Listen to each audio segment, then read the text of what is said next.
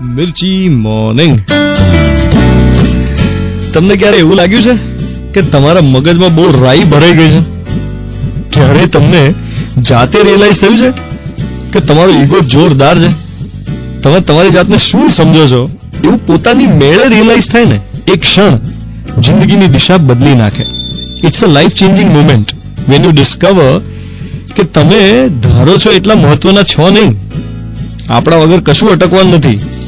આ બ્રહ્મ સત્ય સાંભળ્યું હોય ને 50 વાર લોકોએ કીધું હોય કે તારા વગર કઈ અટકી નહીં જાય દુનિયા, તો પણ જયારે જાતે રિયલાઇઝ થાય ને ત્યારે સમજાય કે આપણા ઈગોનો ફુગ્ગો કેટલો મોટો છે અને ફટ દઈને ફૂટે ત્યારે શું થાય.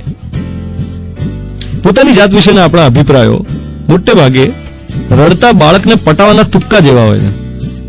આપણે પોતાનું કજિયા કરતું જે મન હોય ને એને મનાવવા માટે જાત વિશે ઓપિનિયન બાંધીને પોરસાતા હોઈએ અંદર કે હું આમ ને હું તેમ. જયારે એવું સમજાય કે હું તો આમ ને હું તો તેમ, આપણને તો આમ જ ફાવે અને આ ના જ ફાવે, આની જોડે આ રીતે જ વર્તું, પેલાની હેસિયત શું છે કે મારી સાથે આવું બિહેવ કરી જાય.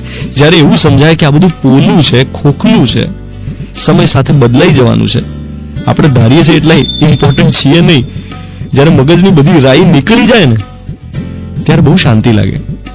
ફાયદો શું થાય? ફાયદો એ થાય કે આપણું જિદ્દી વલણ એ જતું રહે કે બધાએ આપણી વાત જ માનવી જોઈએ, મારો ઓપિનિયન ગણતરીમાં લેવાવો જ જોઈએ. આ જીદ જતી રહે. મારા વગર આ દુનિયા કેવી રીતે ચાલશે, મારા વગર આ કામ કેવી રીતે થશે, એ ચિંતા જતી રહે. મારા પછી આ દુનિયાનું શું થશે એ ભ્રમ પણ જતો રહે. જે માણસ રોજ સૂર્યોદય અને સૂર્યાસ્ત ધ્યાનથી જોવાનું રાખે ને એના મગજમાં રાઈ ભરાય જ નહીં. યુ આર લિસનિંગ ટુ મિર્ચી અને હું કોઈ પણ હશું ફરક પડે છે. Keep smiling, my dear. Good morning.